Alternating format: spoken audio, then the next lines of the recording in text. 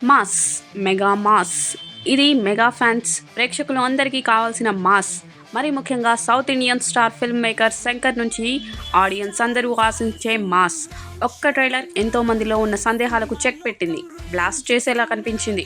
Global star Ram Charan కథానాయకుడిగా శంకర్ దర్శకత్వం వహించిన గేమ్ చేంజర్ ట్రైలర్ వచ్చేసింది.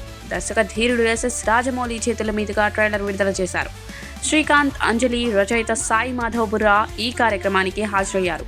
గేమ్ చేంజర్ సినిమా ఎలా ఉంటుంది, ఎలా ఉండబోతుంది అనే ప్రశ్నలకు ఈ ట్రైలర్ సమాధానం ఇచ్చింది.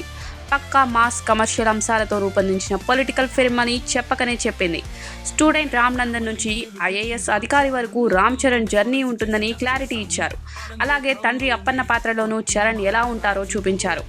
100 ముద్దలు తినే ఏనుగు ఒక్క ముద్ద వదిలిపెడితే దానికి వచ్చే నష్టం ఏమీ లేదు. కానీ ఆ ఒక్క ముద్ద 1,00,000 చీమలకు ఆహారం. నేను అడిగేది ఆ ఒక్క ముద్దే అని రామ్ చరణ్ చెప్పే డైలాగుతో ట్రైలర్ మొదలైంది. కలెక్టర్కి ఆకలి వేస్తుందని రౌడీ గ్యాంగ్లో ఒక అణం. ఆ తర్వాత డైలాగ్స్ అండ్ సీన్స్ అదిరిపోయాయి. రాకీ రా సార్కి సార్ అని హీరో చెప్పే డైలాగ్ హైలైట్గా నిలిచింది. హెలికాప్టర్లో నుంచి లుంగీ కట్టుకుని చరణ్ దిగే సీన్ అభిమానులకు విజువల్ ఫీస్ట్ అని చెప్పాలి. ఐఆమ్ అన్ప్రెడిక్టబుల్, నువ్వు 5 సంవత్సరాలు మాత్రమే మినిస్టర్వి, నేను చనిపోయే వరకు ఐఏఎస్, ఇలాంటి సన్నివేశాలతో సాగుతుంది ట్రైలర్. నితిన్ మాచర్ల నియోజకవర్గం సినిమాలో భ్రష్టు పట్టించిన వ్యవస్థను ఎలా దారికి తెస్తాడో సేమ్ అలాగే రామ్ చరణ్ స్టైల్ ఉంది ఈ ట్రైలర్లో. మధ్య మధ్యలో లవ్ ట్రాక్ ఆద్యంతం కట్టిపడేస్తోంది. రోబో 2.0 వంటి సైన్స్ ఫిక్షన్, ఫ్యాంటసీ ఫిల్మ్స్ కాకుండా శంకర్ పక్కా మాస్ మూవీ తీస్తే ఎలా ఉంటుందో మరోసారి గేమ్ చేంజర్ ట్రైలర్ గుర్తు చేసింది. కెరియర్ పీక్ టైంలో తీసిన ఒకే ఒక్కడు జెంటిల్ మ్యాన్ శంకర్ దర్శకత్వాన్ని గుర్తు చేసింది. కాకపోతే రొటీన్ స్టోరీ అయితే తెలుగు ప్రేక్షకులను ఆకట్టుకోవడం కష్టం. ట్రైలర్ చూస్తే రొటీన్ స్టోరీలానే అనిపిస్తోంది.